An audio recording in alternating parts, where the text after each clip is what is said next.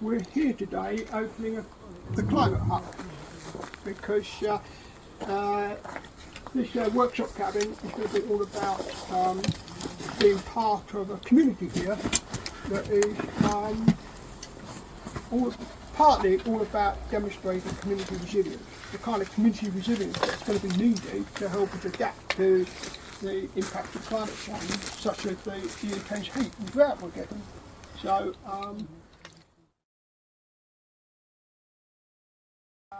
the interaction network is here in the Cllr Community Garden for several reasons. Firstly, they're so welcoming here at the Cllr. It's one of the most welcoming places I've ever been to. You know, the community is fantastic here.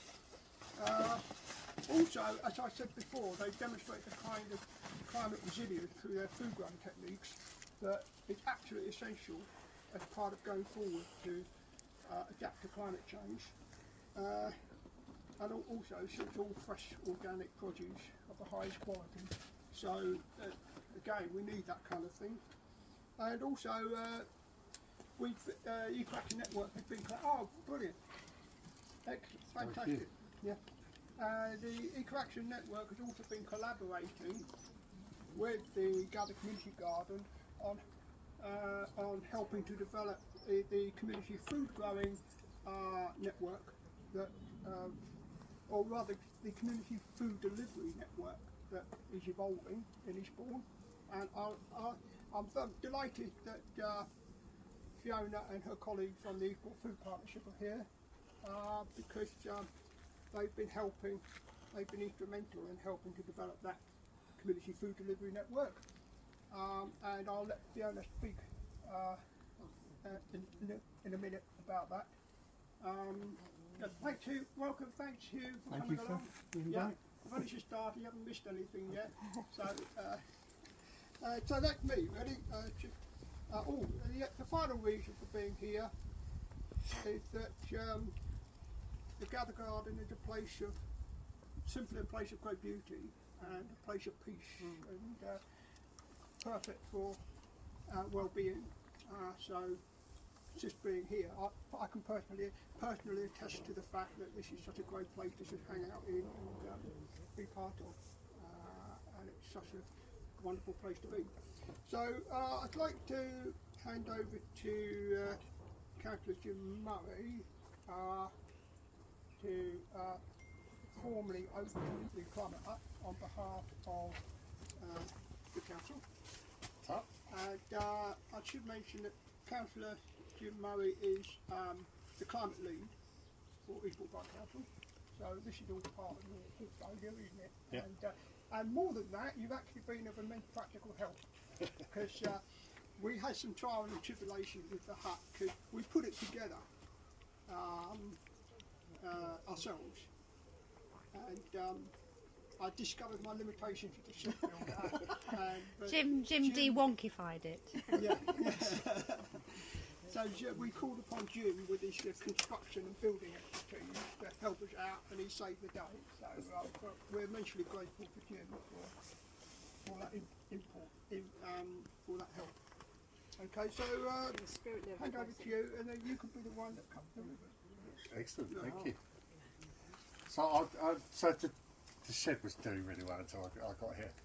So they've done an almost brilliant job. I was just a little bit titillating, and I'm a carpenter by trade, so everything's sort of fairly second nature to me. So there's some beautiful windows and things that they've got on here. Just a few tricks of the trade that I taught them how to sort of put all the windows in and things. But the reason I'm really pleased about this is because as a councillor, I skim the surface of so many different sort of areas. I cover water, I cover the climate change, I cover the parts of gardens, we've got tree bourne sort of going and all that sort of thing as well. And I don't know enough about all of that sort of stuff to be able to sort of to properly inform the rest of my councillors and properly inform the rest of my officers about what we need to be doing sort of going forward. So back when I took control of the sustainability portfolio, I approached Andy and Jill and some of the others, and sort of said, you know, how about we try and create an eco-action group, which informs me, sort of has a seat next to us on the council, and really informs us about sort of what we need to be doing and challenge us on anything that we're doing right and support us in anything that we're doing wrong. And that happened in 2019, I think. And since then, the whole project has sort of gained strength all the way through, with lots of spin-off projects and things coming off of it as well. So it's, as the councillor for sustainability, I'm literally sort of there to support you guys in everything that you're doing, and to try and take all of that sort of forward. In my own way, I'm sort of doing some spin-off projects as well. So we've got the carpet gardens, which have been a challenge over the last year or two, where we changed that because of climate change. What I asked them to do was to do a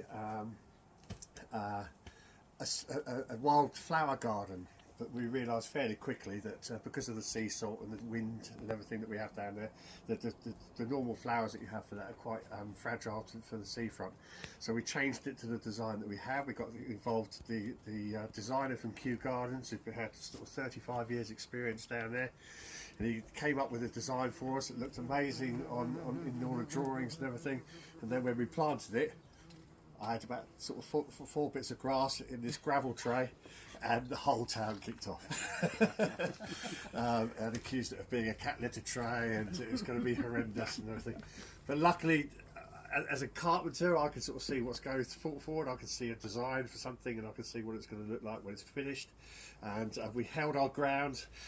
We stood firm, and the carpet gardens are now looking amazing, and we've got lots of support for all that sort of going forward. But that's the sort of thing that we need to be doing as a council. We need to be challenging the norms and making those changes for climate change. We've also got the problems with water at the moment, where we've got a hose pipe ban in place at the moment. So we're challenging South East Water to sort of reduce the 100 million litres a day that they're wasting in the South East. We're challenging Southern Water about the waste and things that's going into the sea and into our rivers, and the farmers that are polluting all of our rivers and things as well. I'm hoping that Andy Burnham is going to sort of go back to the old policies of sort of stopping the farmers from doing that, and helping to sort of reduce the waste that we've got going into the rivers, which will in turn sort of help the water that we've got sort of going forward. And the carpet gardens themselves are designed so that they don't have to have so much watering and things. They've got the stone surface on the top there, so the water goes in and then doesn't immediately get evaporated off again after the sort of 30 minutes of rain that we've had in the last 35 days. So that's one of the projects. We've got we've got local government regeneration coming around the corner and things at the moment. We've got 19 parks in Eastbourne. Those 19 parks are all green spaces like this space, which will really help with wellness and mental health for people within the town. We're the largest amount of green space outside of London for any borough for green spaces, and that's just the 19 parks that we've got. We've also got 480 hectares of land within the town, which is for the Eastbourne Park, which is our flood mitigation for the town, stops Eastbourne from flooding. Hopefully 2037, they reckon that that's going to change. Water levels are going to rise by a metre by 2050, so we've got to do something about that sort of fairly soon. So we've got the largest sea defence going to be happening in the country for Eastbourne. If the sea does break through, it floods 30,000 houses in Eastbourne. So they're not keen on that happening. So we've got that sort of work going on. I'm pleased to announce that EEAN projects are now sort of taking up at Cornish Farm. So they're renting 160 acres of land off of us to do biodiversity net gain project up there, where people can buy units of the land, and then EEAN turn that into a wildflower meadow. And then the wildflower meadow then produces a seed bank for the rest of the country going forward, and the council get a small cut of that, but mainly the proceeds go back into the EEAN project to be able to sort of continue that going forward. And with regards to the downs, the QE2 status of the parks protects the parks with the local government regeneration. And with regards to downs, we're in conversations with a few people at the moment to make sure that we protect those downs as well. And because the possibility of the local government regeneration means that the whole county council takes over the running of the land up there, and we don't want them to be able to flog it from underneath us. So we're putting procedures in place to make sure it's very, very difficult for them to do that, if not impossible, if we can sort of try and make it that way. So feel safe that what we're doing is sort of trying to protect all of our assets that we've got to make Eastbourne special.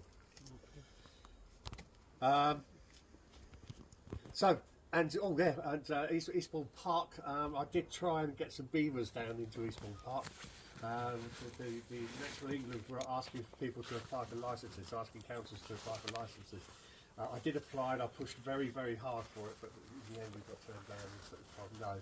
But have a go at getting some water voles into the area and things instead, because if you get the water voles in, then the beavers will come in, because they're at net, they're at Canterbury, they're sort of closing in on us at the moment.